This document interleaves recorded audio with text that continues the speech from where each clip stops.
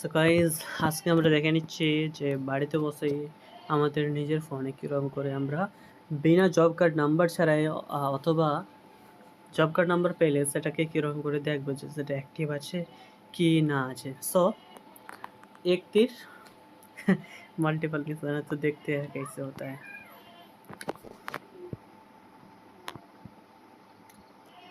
তো এইভাবে আমরা যে কোনো একটা ব্রাউজার খুলবো, ঠিক আছে আমি একটা নতুন করে ব্রাউজার খুলছি। তো এখানে আমাদের কি লিখতে হবে, এখানে লিখতে হবে NREGA, ঠিক আছে এই সাইটটা। এখানে ক্লিক করার পর দেখবো আমরা তো গ্রাম পঞ্চায়েত এগুলোতে যাবো না, হ্যাঁ ওই যে এখানে লেখা আছে এই যে http://energy.nic.in, ঠিক আছে মহাত্মা গান্ধী এনার্জি। তো ওখানে আমরা ক্লিক করবো প্রথমে, দেন এখানে আসবে আমাদের কিছু একটা, দেখি কি আসছে। হ্যাঁ, তো আমরা কন্টিনিউ টু ওল্ড এনার্জি মানে ওল্ড সাইটেই আমরা যাব, ঠিক আছে। দেন নিচের দিকে স্ক্রল করব, এখানে আমাদের নিচের যেটা স্টেট সেটাকে আমরা সিলেক্ট করব, ঠিক আছে। দেন সিলেক্ট করার পর ওয়েস্ট বেঙ্গল এখানে দেখতে পাচ্ছি আমরা যে একটা তীর চিহ্ন আসছে, হ্যাঁ তো এখানে ক্লিক করব আমরা, ঠিক আছে। এখানে ক্লিক করব আমাদের যে ডিস্ট্রিক্ট সেটাকে সিলেক্ট করব। যেমন আমার ডিস্ট্রিক্ট হচ্ছে উত্তর দিনাজপুর, তো আমি এখানে অবশ্যই উত্তর দিনাজপুরে সিলেক্ট করব, ঠিক আছে। দেন এখানে আমরা একটু জুম করে নেব।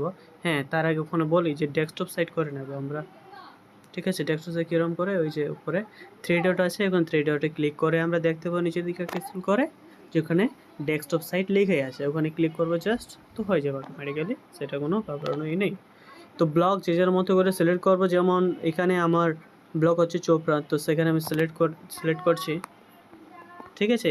চোপড়া পরে কী আসবে অবশ্যই আমরা জানি কী আসবে, পঞ্চায়েত আসবে। তো আমাদের পঞ্চায়েত যেমন চুতিয়াপুর, আমাদের পঞ্চায়েতে চুতিয়াপুর, তো সেখানে ক্লিক করি, ঠিক আছে।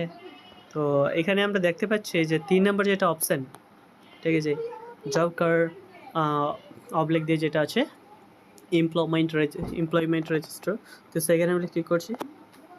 ক্লিক করে এখানে দেখো এইভাবে তো খুঁজে পাবো না, তো কীরকম করে তাহলে বুঝবো স্যার।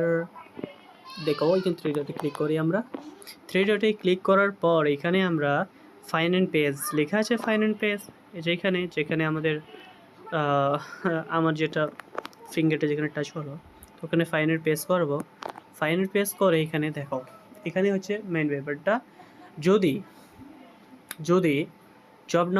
জব কার্ড নাম্বার যেটা আছে সেটা যদি আমাদের কাছে থাকে, ঠিক আছে, তো কী করব, জাস্ট লাস্টের যে নাম্বারগুলো এই যেরকম এখানে আছে 101502 এভাবে যে লাস্টে থাকবে, তো সেটা দিয়ে সার্চ করতে পারি অথবা আমরা কি করতে পারি যে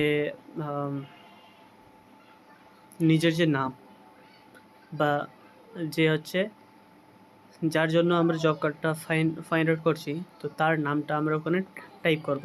যেমন আমি আমার বড় আব্বার নামটা টাইপ করি,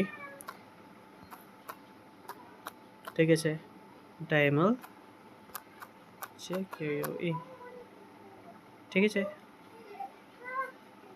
তো এই যে ডাইমল হক বলে আসছে, ঠিক আছে, এরকম করে আসবে।